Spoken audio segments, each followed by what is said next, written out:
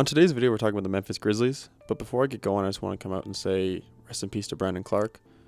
Prayers to his family and his friends, all of his loved ones. It's unfortunate what happened there. But yeah, rest in peace to Brandon Clark. Gone way too soon.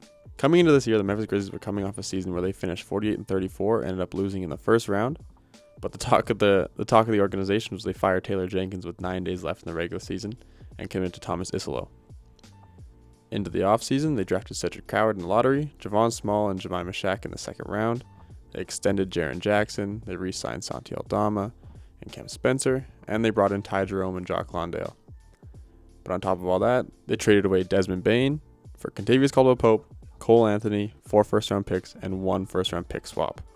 A blockbuster deal that nobody was really expecting came out of nowhere. Also in free agency, they lost Luke Kennard and Jay Huff. There was a lot of uncertainty around this Memphis Grizzlies team, especially after the blockbuster deal. But from what I was seeing, a lot of people were still expecting to be at least a play-in team, which is why they were coming into the season ranked number 16 in the power rankings. The season story. The Memphis Grizzlies were 11-14 in their first 25 games. That was after the news came out that Ty Jerome and Scottie Pippen Jr. were going to be ruled out with calf injuries in the preseason. Neither of them ended up returning until February. They actually got extended timetables in their returns for those injuries. John Morant had only played in 13 of the first 25 games, and only 7 of the next 17 following that before being ruled out for the remainder of the season with calf and elbow injuries. Zach Edey ended up only playing 11 games before getting surgery on a stress fracture in his foot. So it was a very injury-riddled start of the year for the Grizzlies, especially for a lot of the guys that they were going to be relying on this year. John Morant, on top of the injuries, his play was struggling. His scoring dropped. There was a clear inability to shoot, or I guess lack of shooting ability there.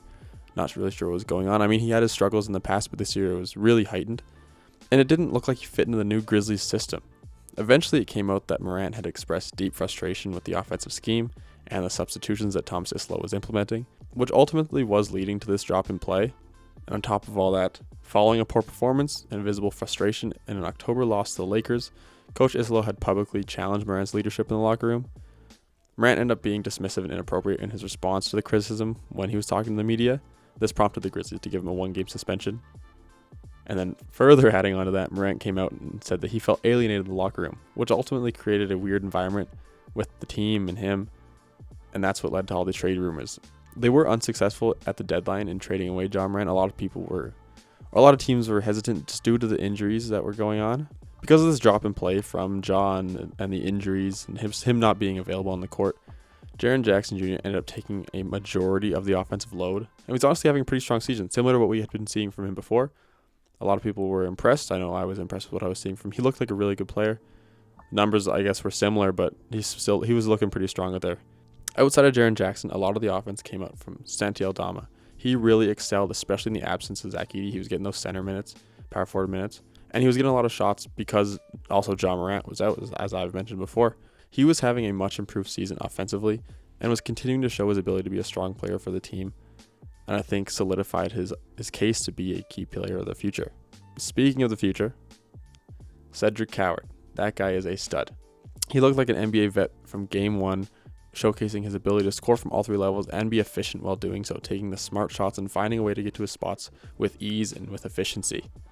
Additionally, he proved to be a great two-way player due to his strong defensive instincts, his physicality, and his ability to guard multiple positions. He's a guy that definitely will be around in Memphis for a long time.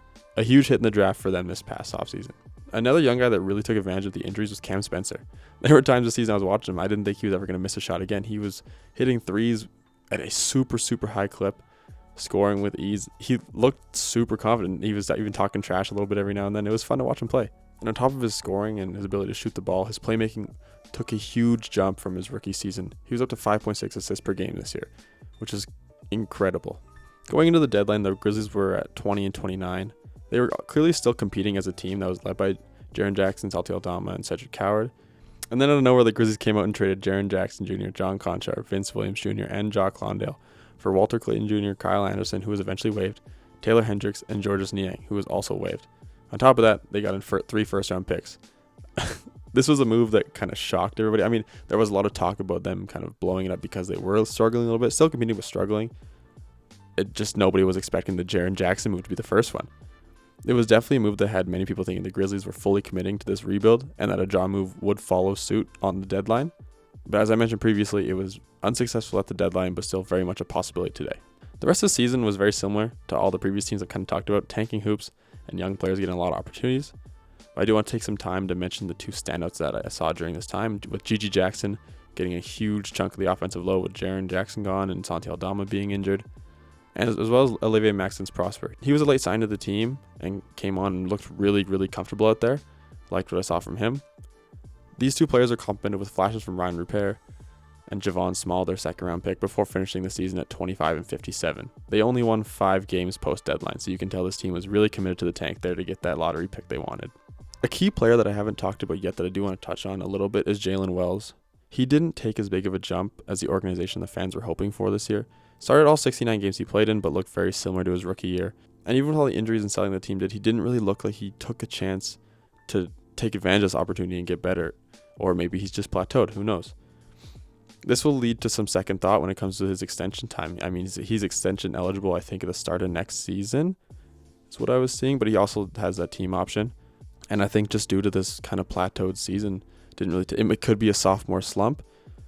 It could be who he is as a player, but it just wasn't a jump that many people were hoping for, especially out of a guy that looked super, super solid last year.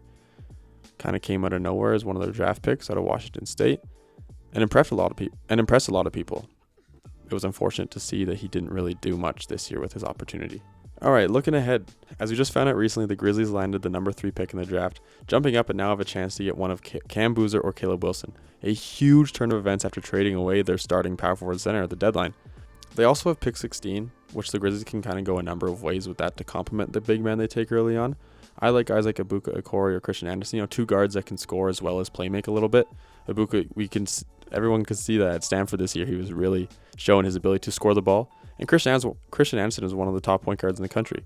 Super, super strong playmaker, really smart on the floor. I like both of those guys for the Grizzlies if they choose to go that direction. The Grizzlies also have a huge decision what to do with regarding Ja Morant. The easy choice, I think, would be to trade him and go into full rebuild mode that they've clearly already established they want to do, or they could keep him around. I think shipping him off would be in their best interest. He has a huge salary, and it comes with some off-court drama that everyone kind of knows about, and a little bit of the unattractive injury history, especially the last couple of years. He hasn't really been able to stay on the court, some due to suspension, some due to injury. As I mentioned earlier, they tried to ship him off at the deadline, but the injuries made it tough. The market now should be much more open now that he is supposed to be healthy.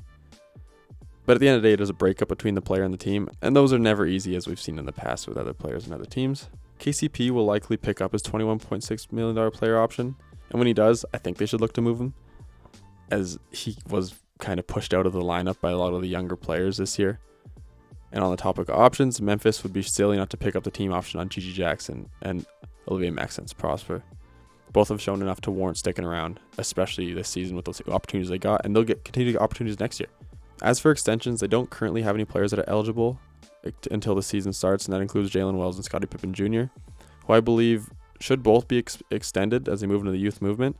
It's just, I'm not too sure what they'll do with a guy like Jalen Wells, who didn't really improve a little bit, and Scottie Pippen, who's had that injury history, but when he's on the floor, he's shown to be an impactful player, kind of everywhere, like passing, rebounding, scoring, especially for a guy that's as small as he is. So it'll be quiet on that front when it comes to extensions, unless they decide to stick with Ja. After 4 playoff appearances in 6 years, the Grizzlies now have a choice to make whether they want to enter a rebuilding phase or not, and it all comes down to what they want to do with Ja Morant.